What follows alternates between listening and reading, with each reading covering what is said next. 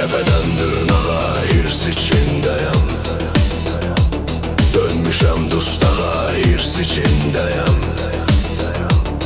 Bu hasar içinde, bu hirs içinde. Yüreğim özüne yer tapabilmez. Bir çiçek kokusu, bir kuş kokusu daha yüreğime yol tapabilmez. Septim ben öz yarama, ben öz külümü. Adam öz külüne bulunur bela. Dişim parça parça kesir dilimi. Şehrim hecaya bölünür bela. Ben bela adamam, benden uzak gez. Uzak gez xeyrimden, şerimden benim. Daha bu kalemim çiçek bitirmez. Kızlar çelen görmez şiirimden benim. Kaçtım beni seven gözlerden daha. Hamının sevgisi gözünde kalsın. Eftiken değilim sözlerden daha.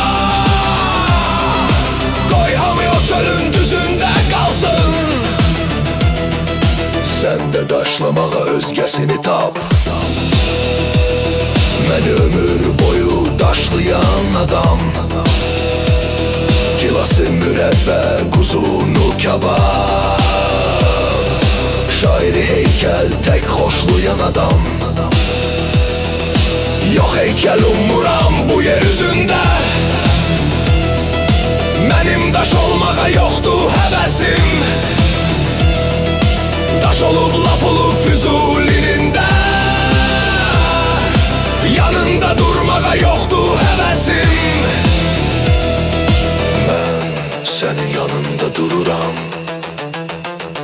Senin küçənin tinində dilenen qarı.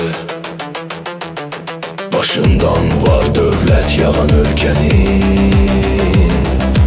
Bəxtəvər günündə dilenen qarı.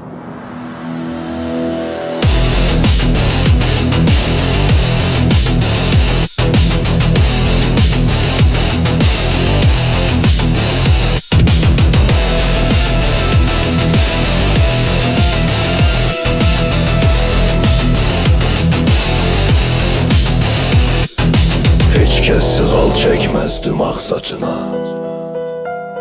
O gümüş telinden öpürəm senin.